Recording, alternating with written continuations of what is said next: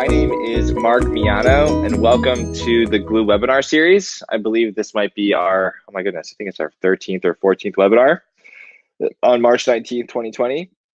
The subject is how RMG drives client growth with Glew. RMG being an extremely prestigious agency here in the United States and a very large client of ours.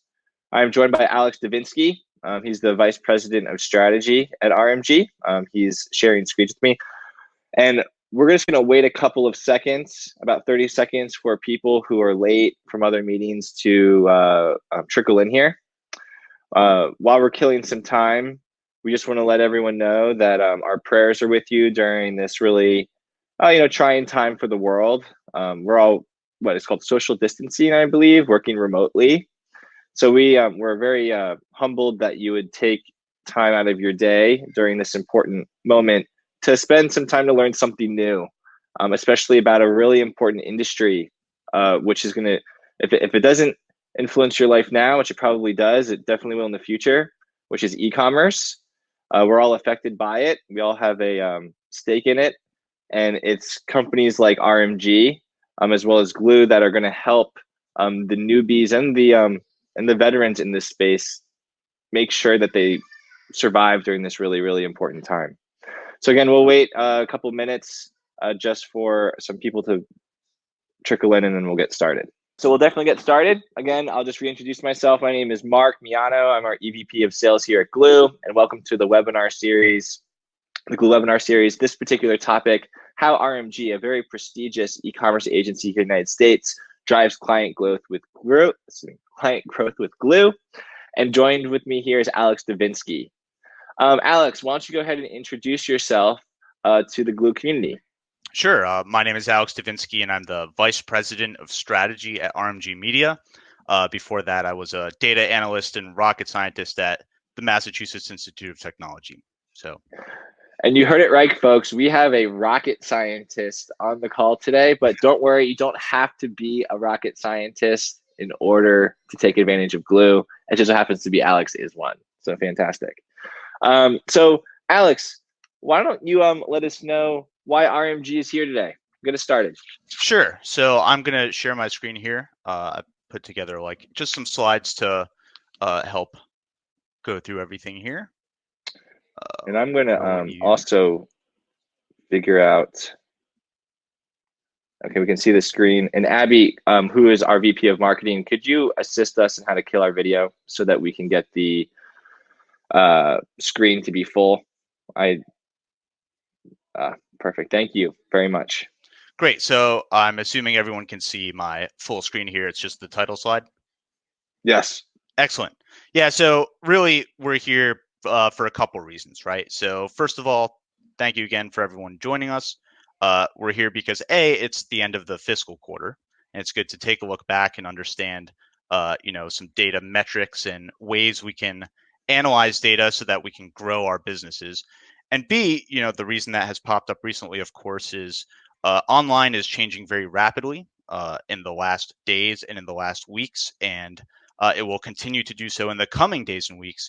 And it's good to develop a framework of discussion for how to tackle arising issues and word upcoming needs surrounding digital branding, right? So excellent. Does that cover that? It does. And one of the things I saw when courting you as one of my many clients is that you guys call yourself a business building business. Could you?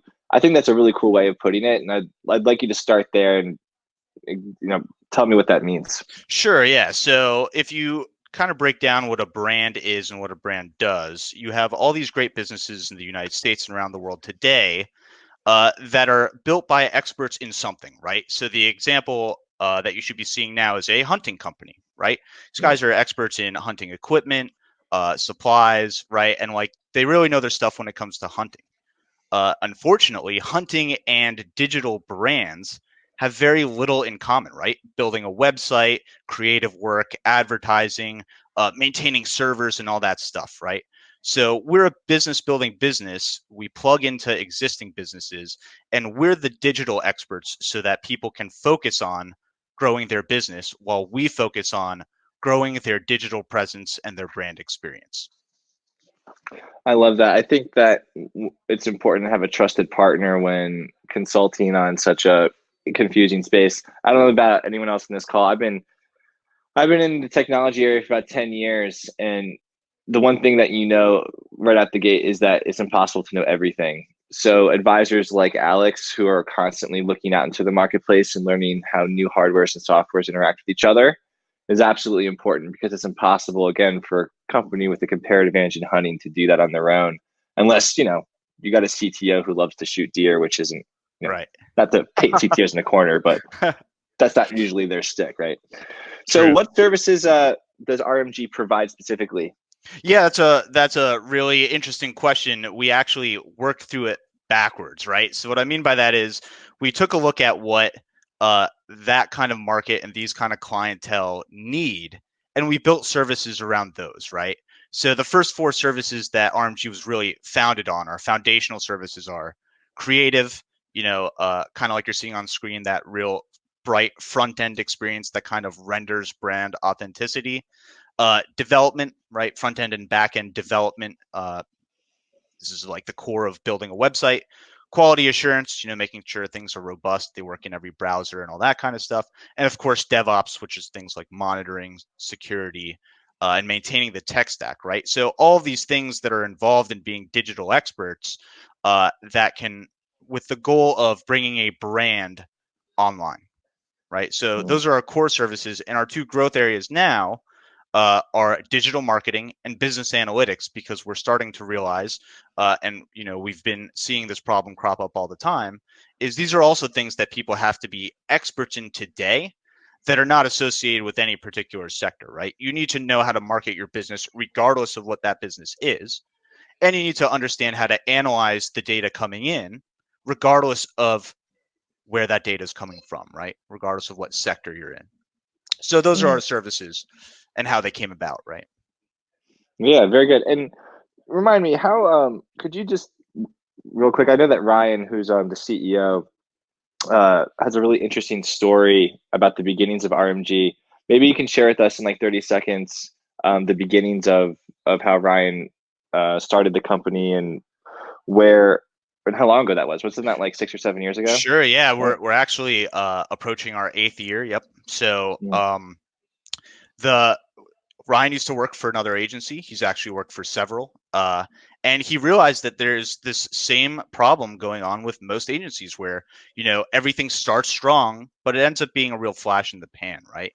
Uh, you know, it's people have been quick to drop the ball or not, execute on commitments. So what he did was he took the R&D department of a previous agency and he sort of flipped it and started his own company with these four core services, right? He said, we're going to make the client needs our core services, and we're going to do things from the ground up instead of top down. And we're going to focus on the tech stack first, and we're going to be the guys that come in and link a brand to their digital experience online by, standing them up on quality servers, developing a high-end website from the beginning, getting really good creative, and then quality assurance, right? So very Yeah, different than the normal agency model, I think.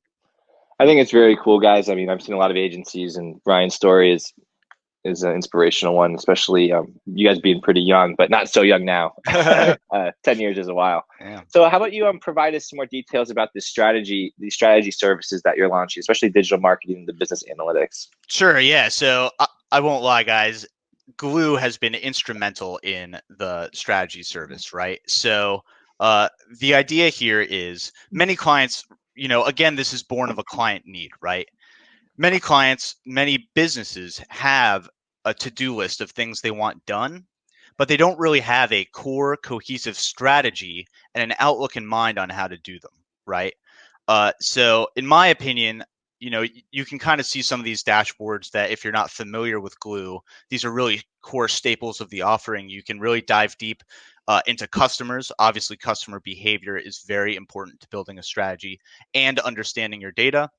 High level metrics like revenue, and then of course things like ad channel performance, which are key to business analytics and digital marketing. But a good strategy at a higher level, I would say, has four parts, right? So the first part is understanding your business as it is today, which is what this previous slide is really about, right? It's understanding the metrics of performance and building a vocabulary to talk about that performance so that you can define where you are today and where you want to be tomorrow, right? So that tomorrow piece is part two of a good strategy. Part three is just a way to get from where you are today to where you want to be tomorrow. And part four, which, everyone kind of rolls their eyes at, but now, as we're seeing, is increasingly important, is the ability to adapt as markets shift, even when those shifts are incredibly sudden, like we're seeing now, right? So these are the four pillars of what I believe are a core strategy. And those are the core pillars that the strategy service is built around. I think this is a really good slide for the people listening right now. And to delve it deeper, it's a big difference between what the analytics that you can pull off on your own with an Excel spreadsheet and jumping from tab to tab, juxtaposed to what you can do in combination with an agency like RMG and Glew.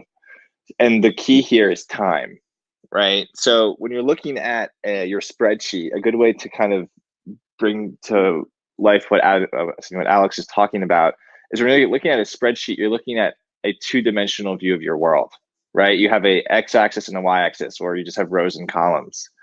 And unfortunately, we don't operate in a two-dimensional world, right? We're not stick figures on a piece of paper. That's a static view of one snapshot in time as to what's going on. And so what a business intelligence exercise or strategic approach like Alex is talking about is actually taking into account how things are trending over time. And that requires a third dimension, which is time. So a good example of this, if I'm kind of too abstract here, is think about the sales of products, right? Let's do something super familiar to us all, which is CPG products, especially disinfectants.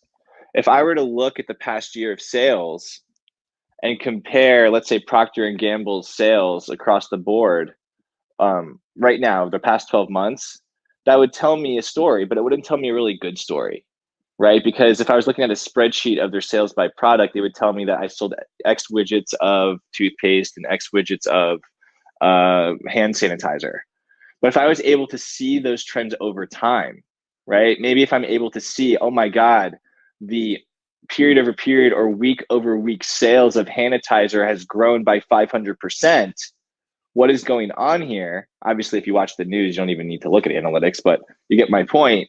That is where true insight is derived, by seeing how those trends are working over time so you can predict them and adapt to them, et cetera. So not to go off on a tangent here, but something to think about in a concrete way as we're moving away from Excel spreadsheets and moving deeper into thinking in a multi-dimensional way, which is what Alex is so good at with that rocket scientist brain of his, right?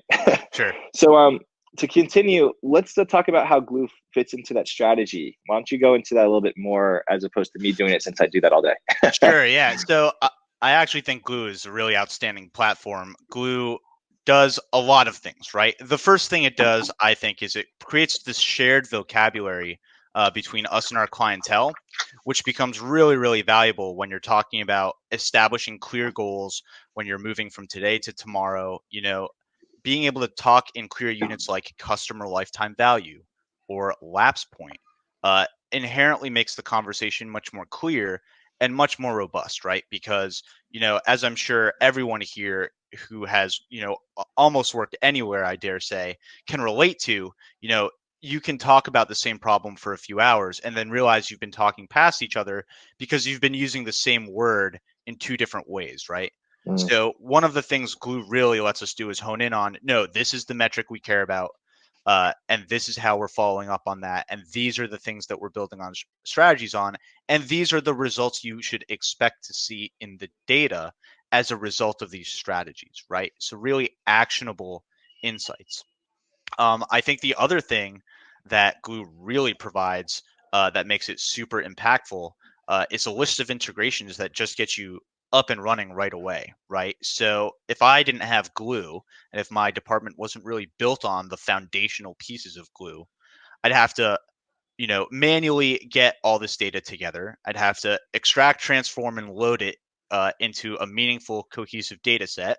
I'd have to do custom calculations and visualizations every time, and then I'd have to manually distribute the reporting. Glew kind of takes care of all that from the get-go, right? You hit a few buttons, and you're up and integrated into multiple data sources, and everything is converted into, for example, the table you're seeing here, where it's like everything's in units of customer lifetime value, average order value. Everything kind of just comes together quickly, which lets us get these fast wins right off the bat, right? Beautiful. Yeah. So really high impact and really fast impact too, right? Yeah, it's an interesting thing. For those listening, what Alex is describing was once a very complicated development project involving like 4 or 5 different softwares, and that's a nightmare. That's what you'd have to do without Glew. And Glew, like Alex just mentioned, is turnkey in that way. I would say this: when you're evaluating your partner, in terms of who you're going into business with as an agency, you're going to want to think about what their comparative advantage is, and that goes for the agency and the technology. So if someone's comparative advantage is digital marketing, well, I'm not sure that's going to be as good as someone whose comparative advantage is in e-commerce digital marketing, right? And that's really where Glew and RMG shine, is we live and breathe e-commerce and multi-channel, as opposed to trying to be everything to everybody. So very cool. And let's move on to the next question. This has been itching at me. What impact has your strategy department in general, and Glew specifically, had on some of your clients? Why don't you share some stories about that? Sure. So we have a couple pretty cool stories. In general, the impact, I'll mention a couple general statements and then I'll go into some specifics. But in general, the impact is kind of what I've mentioned before, right? We're able to get insights to our clients faster, right? And we're able to get deeper insights quicker, right? So one of the things that we have is called RMG Analytics, which is stood up on top of Glew and Mode Analytics and all these other great offerings by Glew. And we can address really, really deep questions fast. For example, show me my revenue as a function of location, right? That's actually an incredibly hard problem to do in Magento and Google Analytics. Magento because there's no really good GUIs to do it. Google Analytics because it has all sorts of quirks, like it samples your data and returns a small sample instead of like all of your data.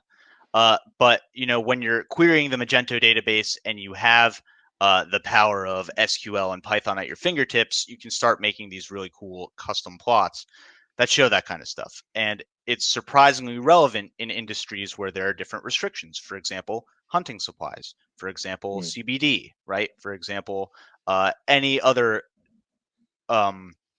substance-based businesses, right? Where there are different state laws and different shipping laws across borders, right? Another more general example, some people want to see things that are traditionally metrics, for example, lapse point, as more robust data, right? So thinking about things like the mean time between repeat purchases of all my repeat purchases.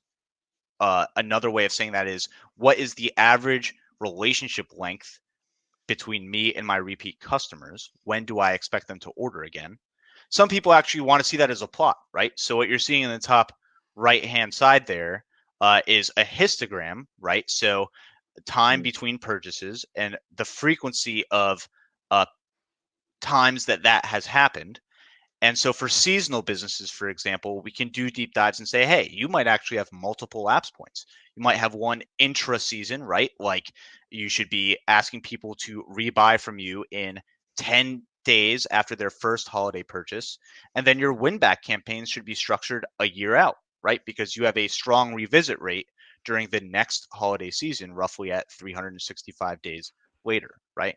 So showing certain things that Glew shows out of the box as a number as a plot instead is how we're able to deliver quick insights on top of Glew and enhance the already great out-of-box things Glew provides.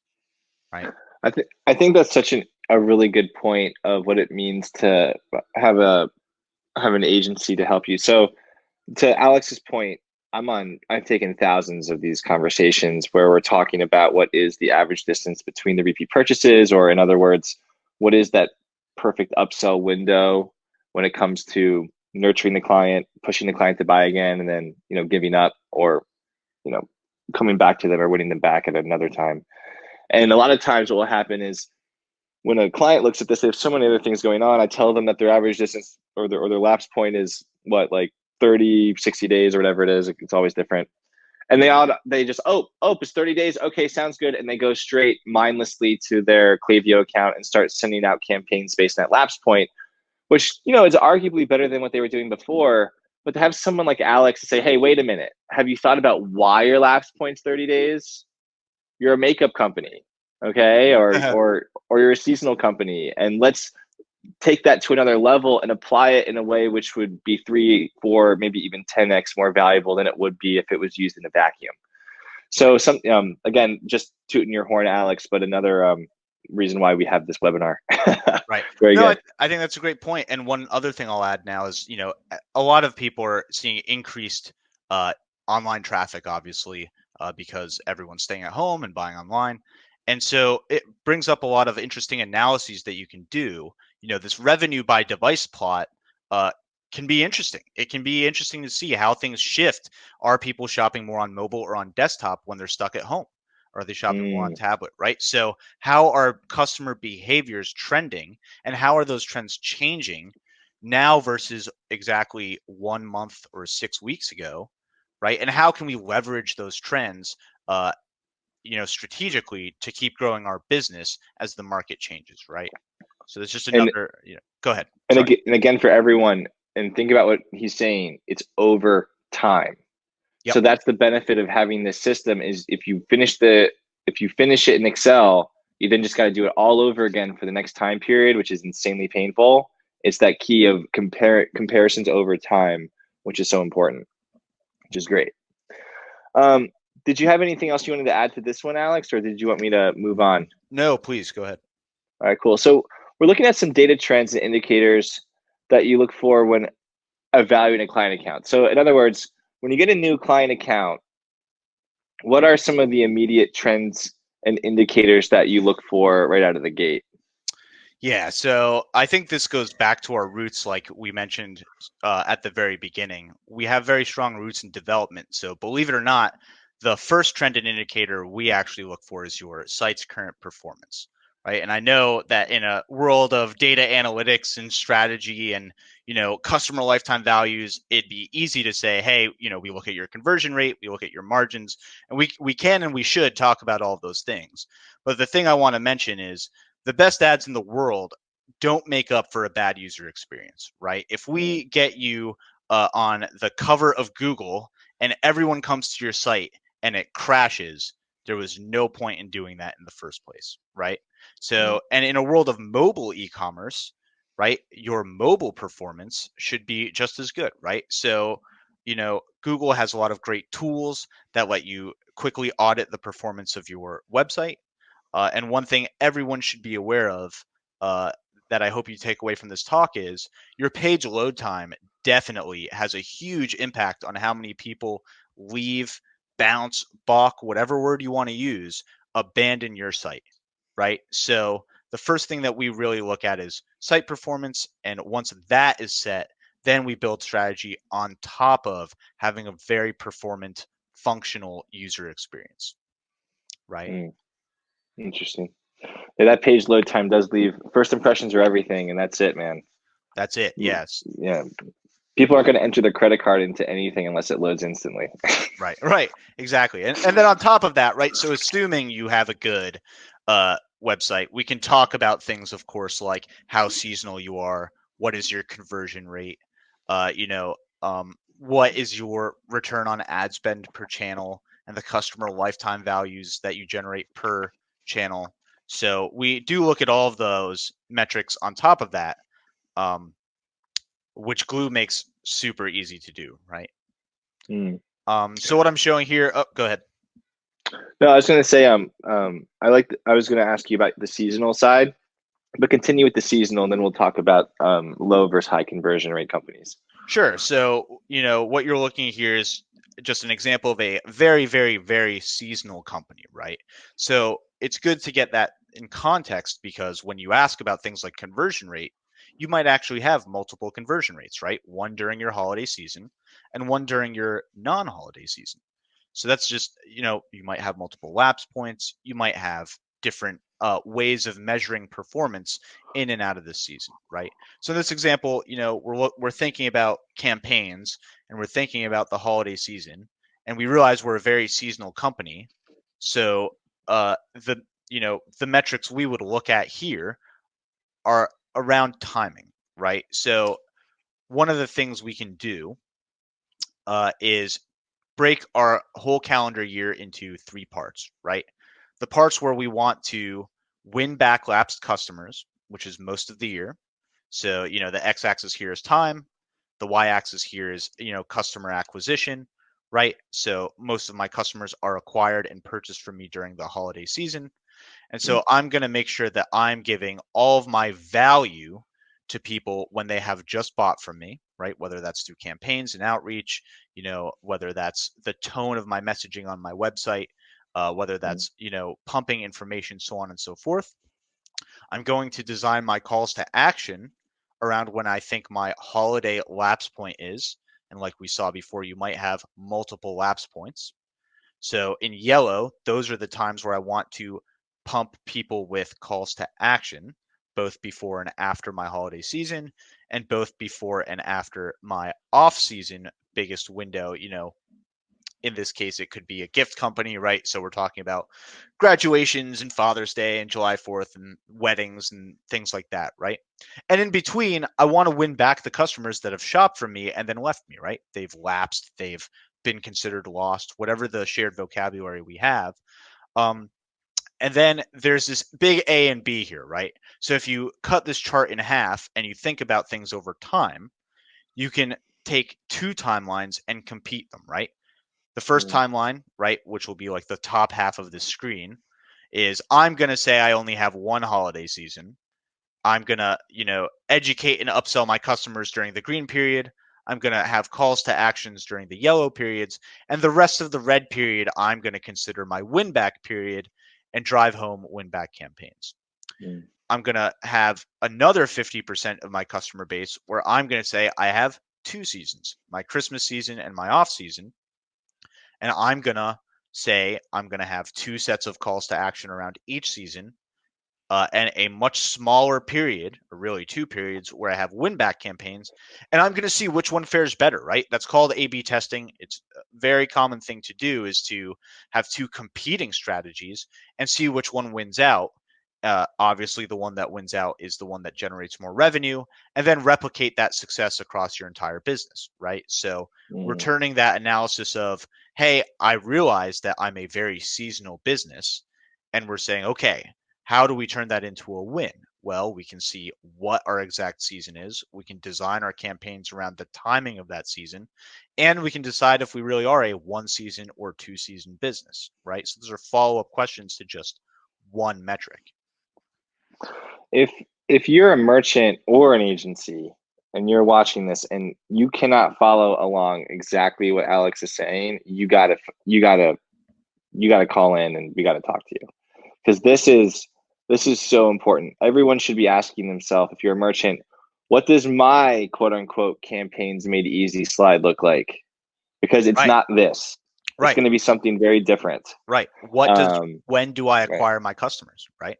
Exactly. When do you acquire? When do you nurture? When do you win back? That's awesome. Very good. Yep. So talk to me a little bit more about the high conversion rate versus low conversion rate type of businesses that you've alluded to before. Sure. So there's usually an industry standard. Every industry has its 1%, 1.5, 2% magic number, where that's the average conversion rate for your sector, let's call it, right? And it doesn't, you don't always need to line up, if you have a competing differentiator or, whatever you want to call it, that lowers or raises your conversion rate, fine. That's always considered in the case by case basis, right? But if your conversion rate is very high, it's much above average, what you should be focusing on as a strategy, realizing that it's high, is just expanding your funnel, right? You convert 5% of the people that see your site, which is a very good number, right? So what do you want to do? You want to work on exposure, right? Your ads should be focused on reaching as many of the right clients as you think you can get, right? The right client obviously being one that has a high customer lifetime value, right? If you're a low conversion rate business, then the thing I would actually go back to is, why are you converting low? Is it because of your site performance? Is it because of your front end experience? Is it because, you should do an audit to see why you're having abandonment issues, site abandonment issues, etc., so that you can raise your conversion rate before you start widening your funnel, right? Because again, there's no point in getting all this exposure if you don't turn those into conversions, right? So that one number can lead you down two very different paths in terms of what strategies you engage in upfront for the biggest win to grow your business, right? I want to make sure that everyone realizes all of these comments are connected to growing your business, right? In the best and smoothest and most intuitive ways possible, right? Yeah, absolutely. I think it's definitely probably one of the most common questions I get is you're walking into this what seems like an insanely complicated project, which is your analytics meeting, right, with your consultant Alex, and you're already white knuckling it because you're going to be like, oh my god, like, am I going to get it, right? Because I haven't been in a math class since university. This is a rocket scientist I'm walking into the room with. What are we doing here? And to back up Alex, it really boils down to two things. It doesn't even matter what type of company you are, whether you're high conversion rate or you're low conversion rate. It's attracting the right customer and it's upselling them over time, right? Totally. And I think the biggest thing people miss, and what Alex is going to help you with, as well as Glew, is what are the characteristics of that right customer.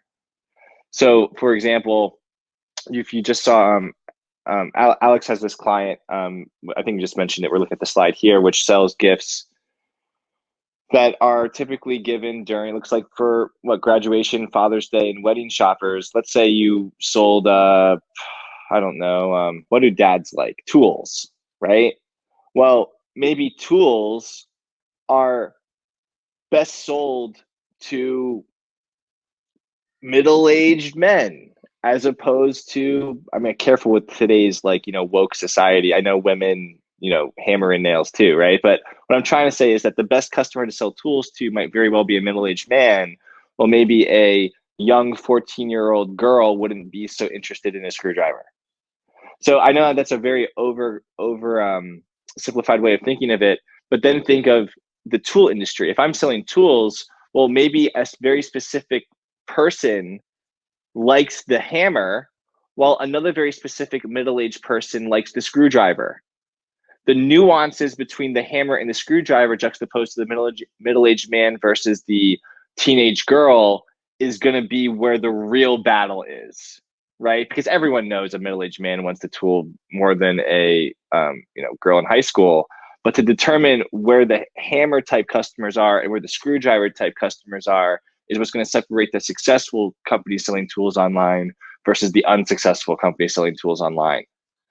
To understand the taste of the best customer, the first step is the qualitative analysis. Okay, and Alex and Glew are going to provide you that. That when I say qualitative, I want you to think of numbers like average order. What is the average order value of my best customer? What time of year do my best customers buy things from me? How many orders do they make a year? Those are qualitative numbers. Quantitative numbers. The qualitative numbers are going to be their demographics, right? Are they a boy or a girl? Are they old or are they young? What was their experience when they wrote into my website, and how many stars they leave me on Zendesk?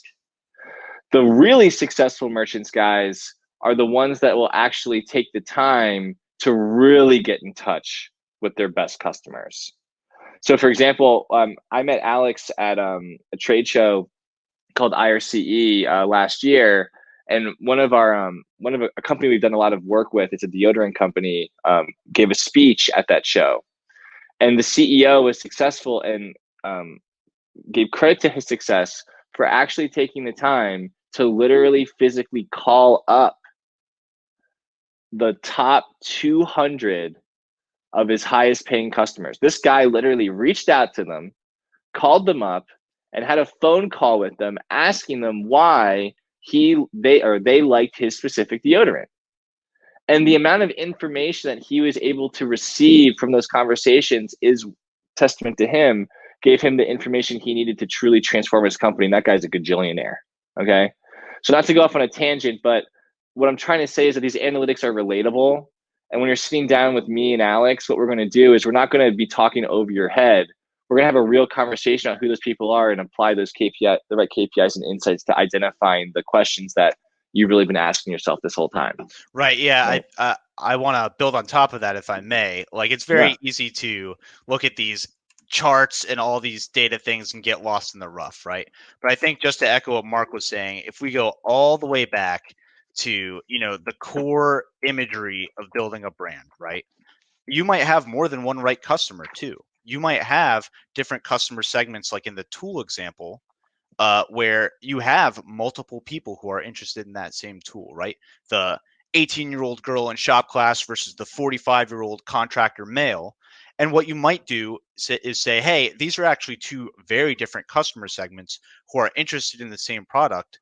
And instead of, optimizing to convert the 45-year-old male just because he's my highest customer lifetime value demographic, I might actually make two completely different experiences, two sets of creative, that is, and try to say, hey, I think you're that 18-year-old girl. I'm going to show you imagery of girls like you using this product.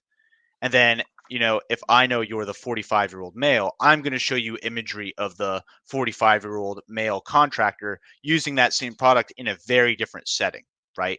So now, instead of having one conversion funnel that's optimized for one demographic, I'm splitting them up, realizing I have multiple high value customers, and designing a web experience for each of those demographics, right? And like Mark said, that really comes from the data. It comes from being able to look at the math and say, oh, wait, my safety glasses are just as useful for doctors as they are for chemistry students. I probably need two sets of imagery, right? And market to those two things, medical facilities and schools differently, but I can justify that because I see it in my data, right? That's a really good point. And to one last thing to on that subject, the best, someone told me this very early in my life, and it's definitely ring true.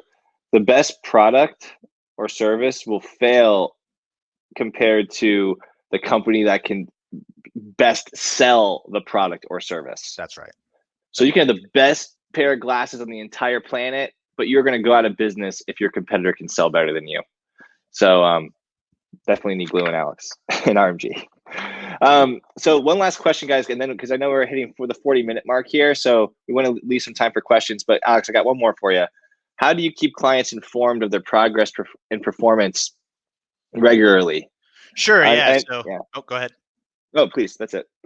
Yep. So the whole reason for this webinar, when we decided to have it, was because it was at the end of the fiscal quarter, right? So the way we keep people informed, they obviously have access to their own Glew instances and our custom reporting and all that, right? So they get to log in and they get to see all these awesome charts that both Glew provides and that we build on top of it. But the other thing we do is we provide strategic audits. Those usually take place in the form of quarterly reviews.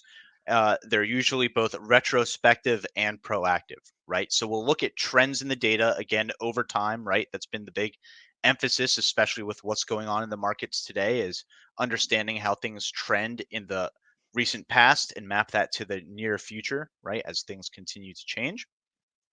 And that really sets the stage for the quantitative goals you set for the next quarter, right, which is the second half of that quarterly review, so that during the next review, whether it's, we're doing it monthly in follow-ups or just doing it every quarter, we can do the same thing, right? Look back at the goals we set a quarter ago, see how we did, see what's going on in the market, and keep mapping that out to the next quarter, right? So that tends to be the cadence at which our clients like to meet with us.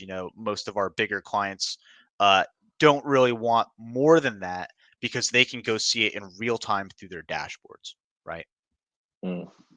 And on top of that, what you can also expect when working with us is we're probably going to compartmentalize the reports in 3 buckets normally. And just from a multi-channel and e-commerce standpoint, one being a profitability bucket.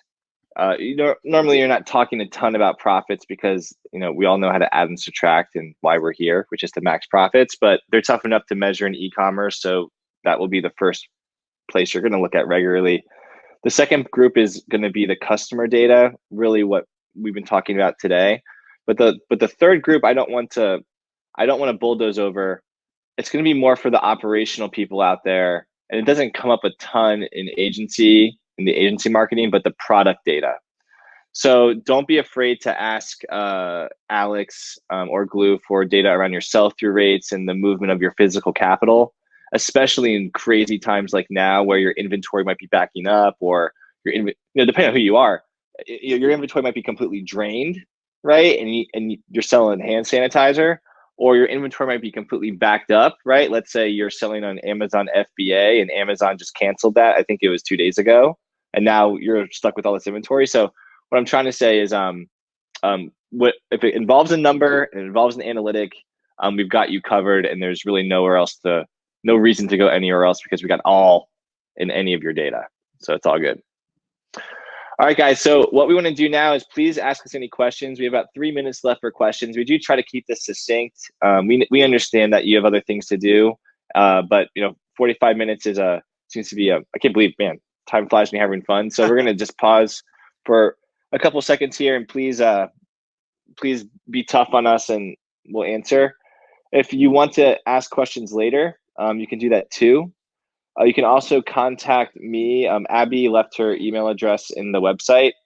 We will definitely connect you with Alex as well, and make sure we're all transparent here. And this won't be the last you see of us. So let's see if anyone's got anything to put us on our heels here. So one thing I do want to mention, right, is I'm a big believer in analytics. I know it's a really trying time right now, and I know every business is affected very differently. So one thing that's going on right now at RMG is we're offering RMG Analytics, which is our version of Glew, free for 30 days to anyone who signs up with us now, because we think it's really important to measure those changes over time, especially over recent periods of time, right? So what we're doing is we're giving away free audits because we're hoping that helps businesses understand the impact of what's going on to them right now. So if you reach out to Mark or to me about this webinar or any questions, and you want to plug in and just see, hey, here's what's going on with my business right now. I have these couple fundamental questions, and I just need to catch my breath and reset and get the right vocabulary under me for what's going on right now. Please reach out. We'll plug you in. We'll do an audit for you, and we'll help you understand the context of what's going on in the markets right now for your business specifically. So that's a 30-day free. You can walk away with that audit with a better understanding of what's going on, and that's it. Or you can make use of us and our other services on top of that if you feel so inclined. But what's important to me is getting everyone as stood up and as safe for their business as I can, and we're willing to plug people into the tool set to do that. So please leverage that. That's huge. That's very generous of RMG guys. That's man, that report, I've seen the audit, that audit is deep into the 6 figures to do on your own, to figure it out on your own, especially, probably worth more than that because you don't have Alex there. So definitely take advantage, and Alex will, when we get write-ins, we'll make sure that they get your white glove treatment for sure. For sure. All right, guys. Well, no questions. It's been a blast. Alex, thank you so much for your time and for preparing this awesome piece of content for us.